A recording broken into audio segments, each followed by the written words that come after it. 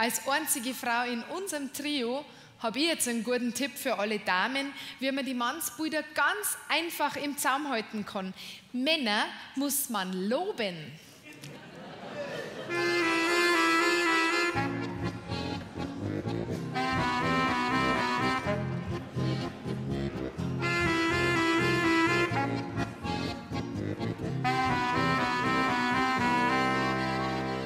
Toll, du hast allein nach Haus gefunden, wie schön.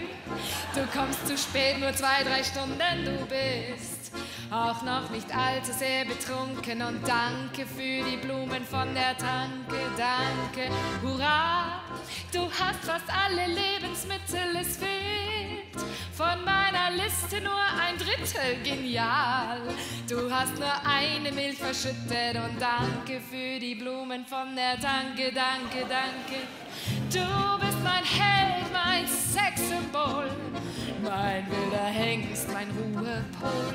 Auch wenn ein leichter grautes Haar nicht mehr so voll ist, ich finde, dass du uneingeschränkt toll bist. Männer muss man loben, dann bleiben sie stark, dann bleiben sie oben.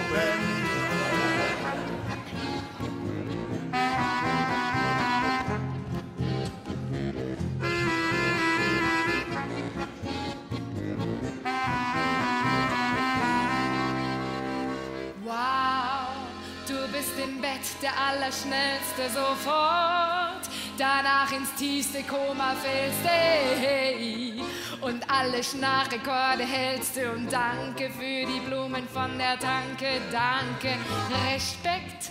Das halbe Bad ist ja noch trocken, ein Traum. Du trägst 2 gleichfarbige Socken, du sagst, ich hab dich lieb, ohne zu stocken. Und danke für die Blumen von der Tanke, danke, danke. Du bist mein Held, mein Sexsymbol, mein wilder Hengst, mein Ruhepol. Auch wenn ein leichter grautes Haar nicht mehr so voll ist, ich finde, dass du uneingeschränkt toll bist. Männer muss man loben, dann bleiben sie stark, dann bleiben sie oben.